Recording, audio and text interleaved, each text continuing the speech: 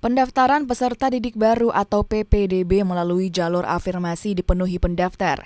Di hari pertama dibuka sekitar 100 berkas calon peserta didik baru sudah diterima panitia di SMA Negeri 8 Makassar. Jumlah ini membludak, padahal pihak sekolah hanya menyediakan kuota sekitar 40 siswa saja melalui jalur ini. Jumlah pendaftar ini dipastikan akan bertambah, mengingat pendaftaran jalur afirmasi masih akan berlangsung hingga 22 Juni mendatang. Berkas dengan tidak mengerti juga apa-apa yang bisa diisi, makanya ke sini bertanya untuk lebih jelasnya apa-apa yang bisa saya lengkapi. Alhamdulillah lengkap, tinggal setor berkas, fotokopi, selesai, aman.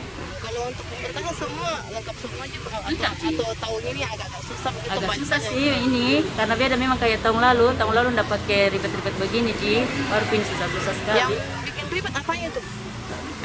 Apa jadi ribet semua itu dong, mulai dari rapor apa semua, kartu PKH apa semua ribet semua. Oh, kita masuk jalur apa? Afirmasi. Oh ya, jalur afirmasi.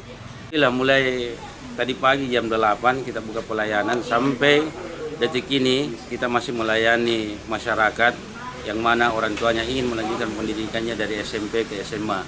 Dan kita terima dan layani secara baik-baik, kita memberikan penjelasan kalau ada hal-hal yang kurang dimengerti. Sekarang sudah hampir 100 yang mendaftar pada hari ini. Untuk yang paling banyak sekarang jalur apa Pak Yandi? Yang paling pertama adalah jalur afirmasi, jalur di mana anak-anak yang tidak mampu dengan catatan melengkapi kartu PKH-nya, ya, peserta keluarga harapan. Kalau di SMA 8 sendiri mungkin kuotanya berapa itu Pak? Kuota untuk afirmasi 49 orang. Jalur afirmasi merupakan penerimaan peserta didik baru khusus untuk anak dari keluarga prasejahtera.